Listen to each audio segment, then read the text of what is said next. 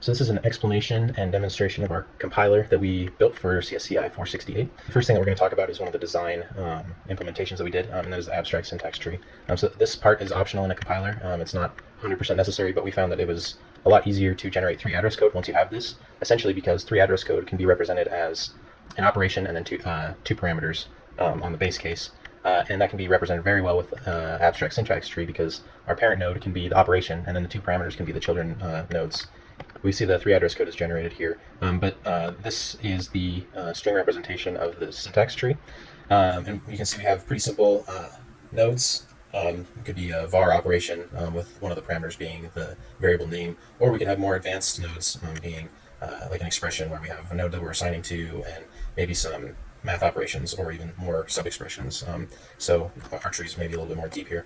That leads us to one of the trade-offs that we made specifically in part 4. But that includes needing to reparse our expressions.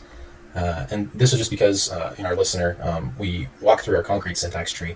And for our expressions, we just weren't generating the right semantic actions. So we just kind of brute force this out in a little bit. And although we do generate the correct syntax tree for what we're trying to achieve, it takes a little bit extra time, so that's definitely something that we can improve in the future.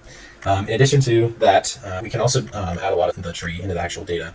So we have nodes, but we could add data like liveliness or the variable scope, and that lets us do certain types of optimizations. So essentially, when all of the child nodes of a specific node have been generated, we know that their registers aren't going to be in use anymore, and that was based on our implementation. But that means that we can reuse the nodes from that we just used from passing up our 3 address code from the children. So if we just look here, we have the same output. This is the same code as the kind of long brute force method.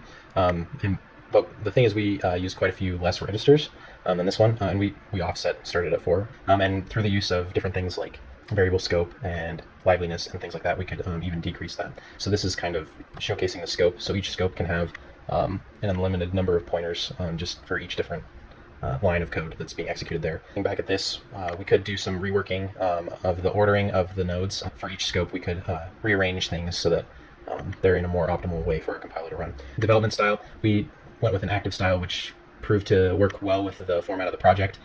Each step would use the previous step as the starting point.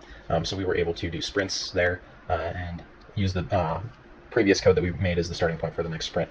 And how we did that as a development team is essentially we would trade off. We rotated through. Each person was a kind of project lead at least once. And then the project lead would do most of the coding, but also would delegate other tasks to the other developers. And the other developer's main job was to do documentation and the report.